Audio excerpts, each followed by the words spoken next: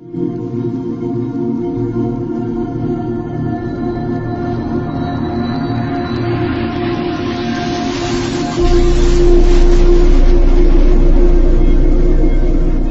के परावर्तन का कुछ वस्तुनिष्ठ सवाल देखेंगे। पहला नंबर में है ऐसे पदार्थ जिनसे होकर प्रकाश आसानी से पार कर जाता हो। ऐसे पदार्थ जिनसे होकर प्रकाश की किरण आसानी से पार कर जाता हो, वो कैसा पदार्थ कहलाता है? पारदर्शी पदार्थ, अपारदर्शी पदार्थ, पारभासी पदार्थ, इनमें से सभी।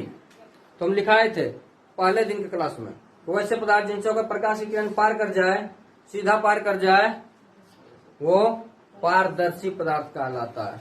पारदर्शी पदार्थ। अपारदर्शी पदार्थ मतलब जिनसे प्रकाश की किरण पार ही नहीं करे, और यहाँ पार करने की बात कर रहा है, तो पार करने की बात कर रहा है तो पारदर्शी पदार्थ। अब पारभासी पदार्थ जिनसे होकर प्रकाश का कुछ भाग इस पार से उस पार हो जाए, तो वो पारभासी पदार्थ कहलाता है। अगला सवाल है वस्तु से छोटा और आभासी प्रतिबिंब इनमें से किस दर्पण से प्राप्त होता है? वस्तु से छोटा हो और आभासी प्रतिबिंब हो, तो एक ही दर्पण है जो कि वस्तु से छोटा और आभासी, वो है उत्तल दर्पण।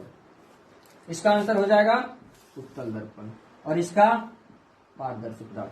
उत्तल दर्पण में ही एक ऐसा दर्पण है, उत्तल दर्पण ही एक ऐसा दर्पण है जिसमें वस्तु से छोटा और आभासी प्रतिबिंब प्राप्त होता है। बाकी समतल में भी आभासी प्राप्त होता है, लेकिन वस्तु के बराबर प्रतिबिंब प्राप्त होता है।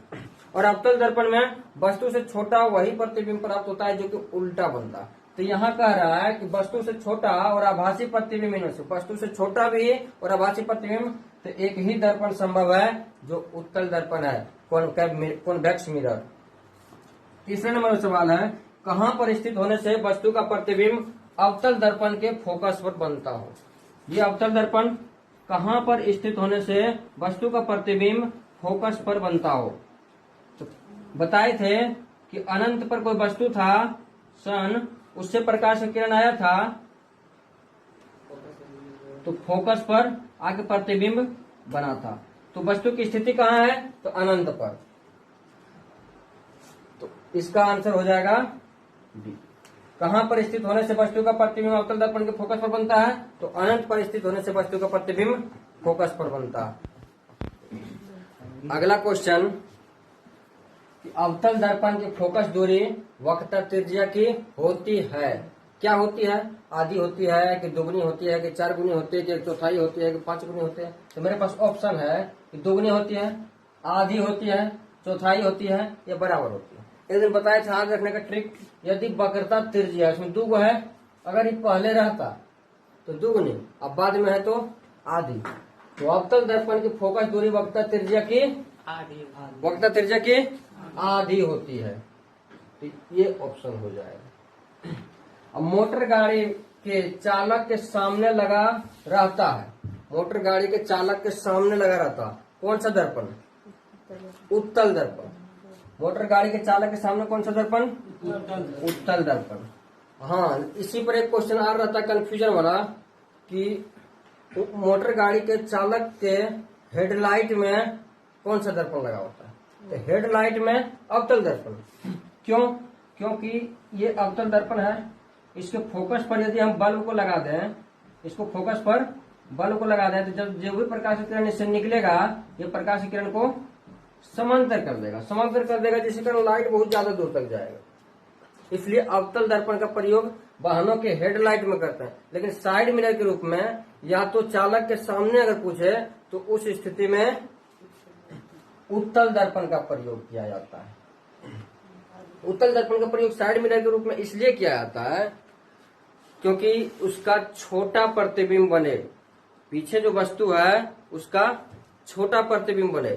अब इतना बड़ा ट्रक जा रहा है ना, मान लो अवतल दर्पण कर दिया तो पूरे दिख जाएगा ट्रक के, और उत्तल दर्पण रहेगा तो छोटा प्रतिबिंब बनेगा, तो साइडवो लगा को मोटरसाइकिल निकल रहा हरिया कट मार के तो बहुत दिख जाएगा, है ना, तो उसको साइड दे देंगे। इसलिए उत्तल दर्पण का प्रयोग साइड मिरर या चालक के सामने लगा होता है, और अवतल दर्पण वाहनों के हेडलाइट में लगा होता है। अगला क्वेश्चन है कि दाढ़ी बनाने में किस दर्पण का उपयोग किया जाता है? दाढ़ी बनाने में एक्चुअली तो किया जाना चाहिए अवतल दर्पण का उपयोग, लेकिन घर में सब समतल दर्पण का प्रयोग करता है। अवतल दर्पण का प्रयोग इसलिए किया जाता है, लेकिन हम लोग आंसर इसमें मारेंगे अवतल दर्पण। हमको फिजिक्स के अनुसार चलना है, अपने अनुसार नहीं। तो दाढ़ी बनाने में किस दर्पण का उपयोग किया जाता है? अवतल दर्पण में, ताकि दाढ़ी बनाने में चेहरा तो नहीं बड़ा दिखे, साफ साफ दिखे, तो मेकअप बढ़िया से होगा। अवतल दर्पण का प्रयोग दाढ़ी बनाने में किया जाता है। ठीक है, चलो अब आते अगला क्वेश्चन पर। अगला क्वेश्चन है, निम्नलिखित में कौन सही किरण आरेख है, उसको चुनना है। पहले देखेंगे प्रकाश की किरण को, आपतित तो हो नहीं रहा लेकिन परावर्तित हो रहा है। कहां से हो रहा है? तो ये गलत है। आपतित होगा प्रकाश की किरण तब इन्हें परावर्तित होगा, इसमें आपतित हो ही नहीं रहा, दोनों परावर्तित हो रहा है, ये नहीं होगा। आगे आते हैं बी नंबर में। एक उत्तल दर्पण बना हुआ, प्रकाश की किरण मुख्य अक्ष के समांतर गई और ये प्रधान अक्ष से होते हुए गुजर गई। ये नियम नहीं है। नियम ये है कि प्रधान अक्ष के समांतर जाए लेकिन मुख्य फोकस से आती हुई मालूम पड़े। ये इधर परावर्तित होता लेकिन इधर हो गया तो ये भी नहीं होगा। सी नंबर में है कि प्रकाश की किरण अवतल दर्पण के समांतर गई और लौट गया केंद्र से होकर। केंद्र से होकर लौटता है क्या? नहीं, मुख्य अक्ष के समांतर गई तो फोकस से होकर गुजरती है, तो ये भी नहीं होगा। और ये भी नहीं होगा तो 100% होगा ही होगा। इसमें क्या है कि वक्रता केंद्र की ओर प्रकाश किरण आपतित हुआ, उसी मार्ग में लौट गया। जब भी प्रकाश की किरण अवतल दर्पण के वक्रता केंद्र से होकर दर्पण पर आपतित हो तो वह बिना विचलन के पुनः उसी मार्ग में लौट जाती है। तो इसका आंसर हो जाएगा ये। अगला क्वेश्चन है, यदि किसी वस्तु का प्रतिबिंब की दूरी धनात्मक हो तो उसका प्रकृति क्या होगा? प्रतिबिंब का दूरी धनात्मक होने का अर्थ है कि प्रतिबिंब दर्पण के पीछे बन रहा है। कोई दर्पण है, प्रतिबिंब किधर बन रहा है? दर्पण के पीछे बन रहा है। जब भी पीछे बनेगा प्रतिबिंब, चाहे दर्पण वो उत्तल हो या अवतल हो, अगर इधर प्रतिबिंब बन रहा है मतलब काल्पनिक प्रतिबिंब बन रहा है तब ये धनात्मक है। और उत्तल दर्पण में तो हमेशा काल्पनिक प्रतिबिंब बनता है, तो इसका हो जाएगा वास्तविक होगा क्या? नहीं होगा। जब भी काल्पनिक प्रतिबिंब बनेगा तब भी धनात्मक बनेगा, तो ये काल्पनिक प्रतिबिंब होगा। क्लियर? अगला क्वेश्चन। दर्पण पूरा खत्म कर चुके थे, है ना? समतल दर्पण, गोलीय दर्पण, समतल दर्पण प्रतिबिंब बनाए थे। गोलीय दर्पण में प्रतिबिंब थे। गोलीय दर्पण दो प्रकार का, उत्तल दर्पण, अवतल दर्पण, दोनों में प्रतिबिंब बनाए थे। दर्पण सूत्र को सिद्ध किए थे, 1/v + 1/u = 1/f। फोकस दूरी वक्रता त्रिज्या का आधी होती है, ये भी हो चुका था। तो आज हम लोग आंकिक प्रश्न क्वेश्चन है। आंकिक प्रश्न में एक गोलीय दर्पण की वक्रता त्रिज्या 24 सेंटीमीटर है, इस दर्पण की फोकस दूरी क्या होगा? तो हम लोग बताए थे फोकस दूरी और वक्रता त्रिज्या में संबंध। तो क्या दिया उसको पहले लिखेंगे। क्वेश्चन में दिया है, क्या दिया है? वक्रता त्रिज्या दिया, मतलब कि r बराबर दिया, r बराबर 24 सेंटीमीटर। निकालने कहता है फोकस दूरी, f बराबर व्हाट। तो हम लोग सिद्ध किए थे कि f बराबर r/2। चूंकि हम लोग जानते हैं कि f बराबर होता है r/2। r का मान कितना है? 24 सेंटीमीटर। 24 सेंटीमीटर बटे 2, 2 × 2 = 2 × 4 बराबर 12 सेंटीमीटर। क्लियर? एक उत्तल दर्पण की फोकस दूरी निकालना है जिसकी वक्रता त्रिज्या 36 सेंटीमीटर। दर्पण कौन सा है? उत्तल। सबसे पहले एक उत्तल दर्पण बनाएंगे तो ऐसे बनता है उत्तल दर्पण। इसका फोकस दूरी इधर है ना, फोकस दूरी इसका धनात्मक होता है, उधर धनात्मक होता। क्या दिया है क्वेश्चन में? दिया है कि उत्तल दर्पण की फोकस दूरी अर्थात f बराबर कितना दिया है? 36 सेंटीमीटर। नहीं, फोकस दूरी निकालना है। वक्रता त्रिज्या दिया है। वक्रता त्रिज्या कितना दिया है?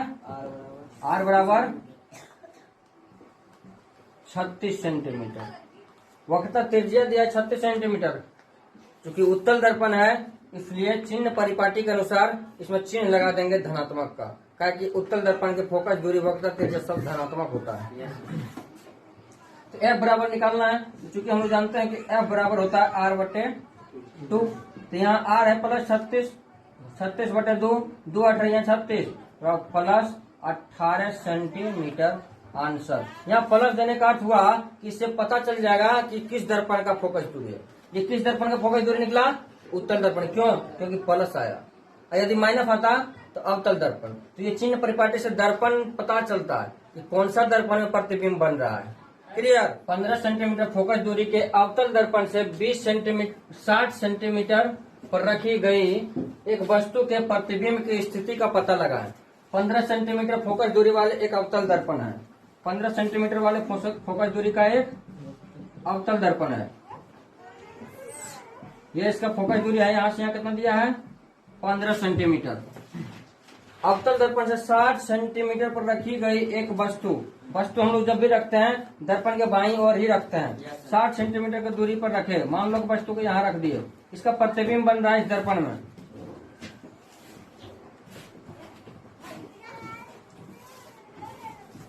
प्रतिबिंब बन रहा है यहाँ पर। तो कहता है प्रतिबिंब की स्थिति का पता लगाएं। प्रतिबिंब मतलब कहाँ बन रहा है। तो सबसे पहले क्वेश्चन में क्या दिया हुआ उसको लिखेंगे। दिया है 15 सेंटीमीटर फोकस दूरी, तो F बराबर दिया है 15 सेंटीमीटर। चिन्ह परिपाटी के अनुसार अवतल दर्पण का फोकस दूरी ऋणात्मक होती है, तो F बराबर 15 सेंटीमीटर माइनस में हो जाएगा, क्योंकि अवतल दर्पण है इसलिए माइनस 15 सेंटीमीटर लेंगे। और एक चीज याद, दर्पण से 60 सेंटीमीटर पर रखी गई एक वस्तु। दर्पण से मान लो 60 सेंटीमीटर का दूरी पर एक वस्तु रख दिए, तो उसका प्रतिबिंब की स्थिति का पता लगाना, यानी U बराबर दिया हुआ है। U बराबर वस्तु की दूरी, दर्पण सूत्र में हम लोग सिद्ध किए थे कि U बराबर वस्तु की दूरी, V बराबर प्रतिबिंब की दूरी और F बराबर फोकस दूरी और R बराबर वक्रता त्रिज्या। उसके अनुसार हम लोग U बराबर लेंगे, तो U बराबर कितना दिया है? 60 सेंटीमीटर। वस्तु इधर है, वस्तु की दूरी हमेशा ऋणात्मक होता है, तो भी माइनस 60 सेंटीमीटर हो जाएगा। अब निकालना हमको प्रतिबिंब का स्थिति, मतलब प्रतिबिंब कहाँ है। तो दर्पण सूत्र से हम लोग जानते हैं कि 1/v प्लस 1/u बराबर 1/f। हमको निकालना है v को इधर रखो, u को उधर भेज दो, तो इधर हो जाएगा 1/v बराबर 1/f, प्लस में उधर जाके माइनस में 1/u हो जाएगा। तो 1/v इक्वल टू 1/f, तो f का मान -15 है, 1/-15, अब माइनस 1/u, u का मान -60 है, तो -60। 1/v equal to 1/-15, minus into minus plus, और 1/60। तो 1/v इक्वल टू एलसीएम 15 और 60 कर लेंगे तो 60 आ जाएगा। 15 × 60, तो -1 × 4, प्लस 60 का 60, 1 का 1। यहाँ पर आ जाए 1/v इक्वल टू -4 प्लस 1 कितना होगा? -3, -3/60, 3 × 3, 3 भी सही है, 60 होता है ना। 1/v equal to -1/20, therefore v equal to -20 centimetre. ये माइनस में दूरी आया, मतलब कह रहा है कि अवतल दर्पण के बाईं ओर बन रहा है प्रतिबिंब। और जब भी बाईं ओर बन रहा है तो वो प्रतिबिंब वास्तविक प्रतिबिंब बनता है और उल्टा प्रतिबिंब बनता है। तो प्रतिबिंब का स्थिति कहाँ कैसा? तो वास्तविक प्रतिबिंब। क्लियर? अगला क्वेश्चन पर आते हैं।